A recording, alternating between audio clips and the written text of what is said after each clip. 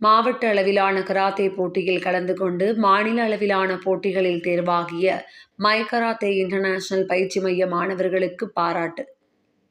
கோவையில் நடைபெற்ற மாவட்ட அளவிலான கராத்தே போட்டியில் மை கராத்தே இன்டர்நேஷனல் பயிற்சி மையத்தைச் சேர்ந்த மாணவ மாணவிகள் 6 தங்கம் உள்பட 23 பதக்கங்கள் பெற்று மாநில அளவிலான போட்டிக்கு தேர்வாகி உள்ளனர்.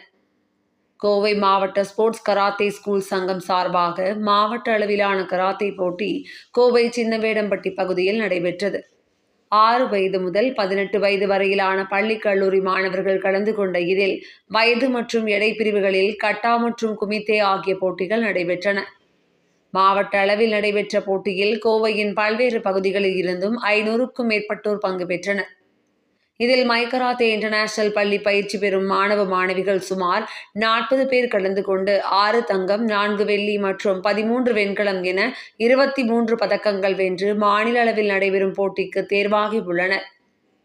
சென்னையில் நடைபெறவுள்ள மாநில அளவிலான போட்டிக்கு தேர்வாகியுள்ள வீர வீராங்கனைகளுக்கு தலைமை பயிற்சியாளர் தியாகு நாகராஜ் தலைமையில் உற்சாக வரவேற்பு அளிக்கப்பட்டது.